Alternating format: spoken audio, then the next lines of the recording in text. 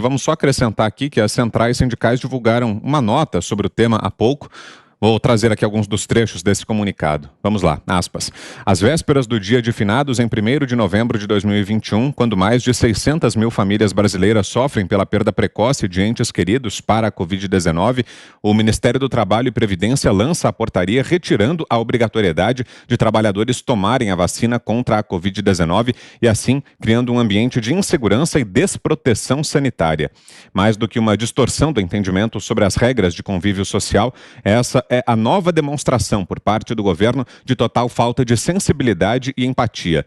O advento da vacina contra o coronavírus em tempo recorde foi uma conquista da humanidade que nos permite retomar a economia e um saudável convívio social.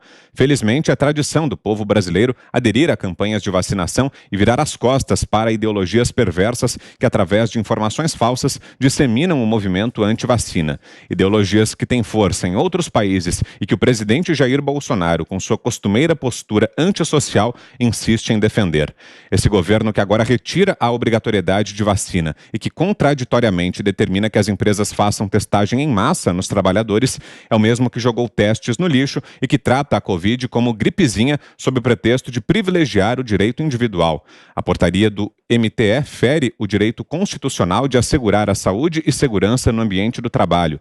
Ao contrário de uma ação autoritária, a obrigatoriedade da vacinação se baseia na responsabilidade de cada um com o coletivo, sendo dessa forma uma ação democrática. É a nota das centrais sindicais divulgada agora há pouco. Guilherme Fiuza, boa noite, Fiuza. Vitor Brown, José Maria Trindade, Ana Paula Henkel, mestre Augusto Nunes, e boa noite a você. Estamos vendo, como sempre, infelizmente, quase sempre, né? E cada vez mais sindicatos fazendo política à revelia do interesse público e fingindo que estão defendendo saúde, né? Essa suposta ética alegada por esses sindicatos e por outros oponentes aí, dessa medida, né, que impede demissão de quem não tiver o cartão de vacina, é uma ética só de suposição, é uma fantasia.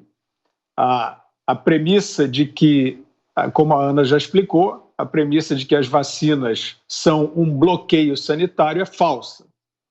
As vacinas em aplicação de Covid no mundo todo não são um bloqueio sanitário e nenhum cientista, nenhum médico sério dirá que são.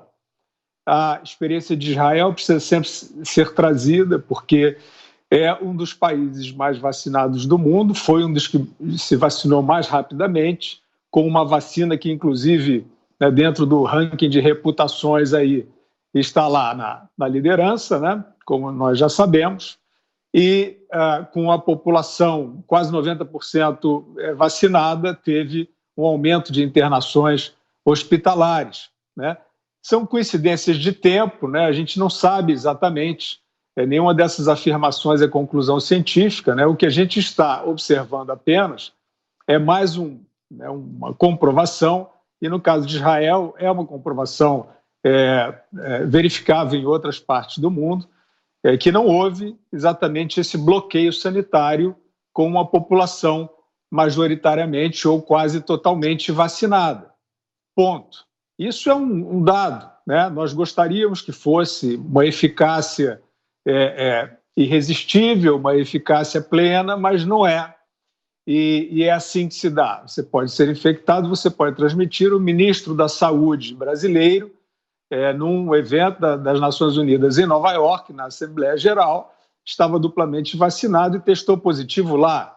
E ele tinha o seu cartão e ele podia circular normalmente. Então, essa suposta ética que esses sindicatos, mais uma vez, né, tentando aí se aproveitar com esses termos, antivacina, negacionista, terraplanista, não sei o quê. Quer dizer, infelizmente, são entidades se furtando a sua responsabilidade pública e fazendo política em nome de saúde, né? Então, dito isso, Vitor, nós observamos o seguinte: quem é que quer impor vacinação obrigatória, sob pena, inclusive, de cassação de cidadania? Porque é isso, você não pode trabalhar se você tem, por acaso, uma vulnerabilidade que coincide com alguma daquelas que foram potencializadas pelas vacinas, né? Uma neuropatia, por exemplo, você discute com o seu médico, não convém que você corra esse risco, você se sujeita a testes, por exemplo, né, como está recomendado na portaria, mas isso não serve. Então, se isso não serve, é porque a ideia não é de saúde, a ideia é de controle, né? Só pode ser uma ideia de controle. E aí, voltando à questão da fundamentação legal, essa lei que foi aprovada no Brasil, ela não sanciona, né? O STF, evidentemente, que é outra entidade que, infelizmente, tem agido mais pelo controle, né, do que pelo espírito jurídico, ele possivelmente vai convergir com os sindicatos, né, porque são os que estão usando essas medidas para controle, né, para fazer política também contra, no caso, o governo federal, o governo que vai passar, mas nesse momento estão usando a pandemia, como a gente viu na CPI, por exemplo, para fazer política. O que existe nessa lei, Vitor, é o seguinte: você poderá... A lei é absurda, a lei é um monstro. Mesmo assim, o que está escrito lá é que você poderá impor vacinação desde que haja fundamentação científica para isso. E a resposta é muito simples. Ou respondendo com uma pergunta: onde está a fundamentação científica para a obrigação se essas vacinas não representam um bloqueio sanitário? Desapareceu, evidentemente, esta premissa de que é um ato de proteção coletiva. Isso é mentira, isso é falso. Então, a fundamentação científica para essa medida extrema que está prevista em lei de maneira já absurda, assodada, mal feita, antes, inclusive, de se conhecer as vacinas, essa lei foi feita, né? Mesmo assim, ela prevê a fundamentação, a justificação científica para essa medida. A justificação científica não está dada, porque não há ideia do bloqueio sanitário, e nós retornamos à questão das decisões individuais, né? Quer dizer, volta a ser, né, não havendo essa possibilidade do bloqueio, volta a ser uma questão da decisão individual sobre a sua saúde. É claro que no ambiente de trabalho você pode e deve buscar diversas maneiras de preservação da saúde do ambiente. Então você pode testar, você pode recorrer a ambientes abertos, você pode recorrer a formas de distanciamento, e como se faz quando há qualquer situação de contágio, entre outras que nós já passamos, não tão grave, não tão extensa quanto essa, né? Então é isso, voltamos ao bom senso, aos cuidados sanitários que realmente deveriam estar sendo tomados, a uniformidade, né? Não há isonomia nesse tipo de medida, porque em alguns ambientes você impõe o cartão e no transporte, por exemplo, mais uma vez, como aconteceu no lockdown, você não restringe, não cria essa medida. Então isso é demagogia, isso não é saúde. E demagogia serve para controle, não serve para preservar a saúde de ninguém. A opinião agora é de Augusto Nunes. Boa noite, Augusto. Boa noite, Vitor, grande Vitor. Boa noite, minha querida parceira Ana Paula, meu irmão Guilherme, compadre Zé. Boa noite a você que nos acompanha.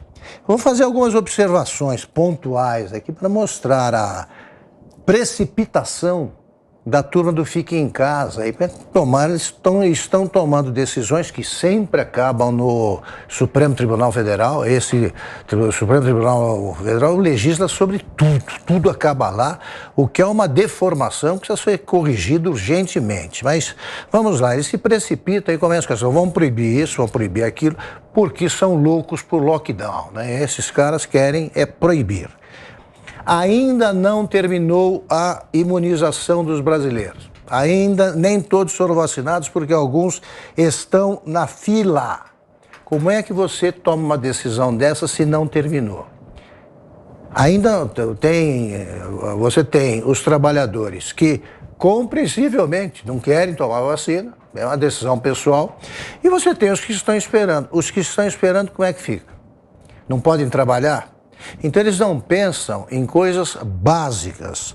Vou dar mais uma aqui. Por que eles não se preocupam com os reais focos de contaminação, que não convém mexer nesse negócio, porque não tem solução e eles querem ficar bem com o povo, e não ficam. Não tocam no problema do transporte público. Transporte público é uma concentração que supera, né, qualquer outro tipo aí de perigos que eles apresentam, que é cuidado, distanciamento social e tal. O transporte público é assim desde o começo da pandemia e continua. E ninguém está preocupado ali em saber se eles, em testá-los, em vacinar, nada. Lá não existe. Esse problema é ignorado por esses sindicatos dirigidos por cafajestes que agora se superaram, eles estão a favor do desemprego.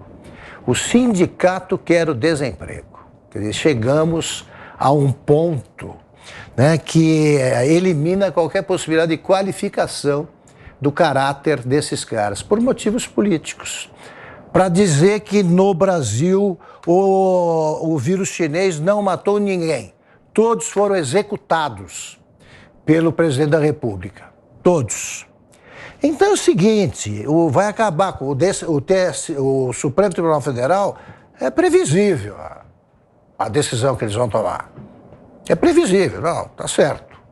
Qualquer coisa que seja contra o Bolsonaro parece boa a eles. Então, se o Bolsonaro ficou aqui, eles votam de outra maneira. E aí nós vamos ver mais uma precipitação num país em que a vacinação caminhando bem, daqui a pouco tempo termina esse negócio, e aí começamos a discutir as reais prevenções que devem ser tomadas, se é que são muitas. Eu acredito que não. Agora, eu fico completamente tonto no noticiário, lendo o noticiário da imprensa velha, porque eles não abrem a boca quanto à liberação de 100% do estádio do Corinthians. E não pode trabalhar. Sim, pode ver jogo do Corinthians, sem problema nenhum, mas não pode trabalhar. E daqui a pouco, eles vão ter que lidar com as empresas aéreas.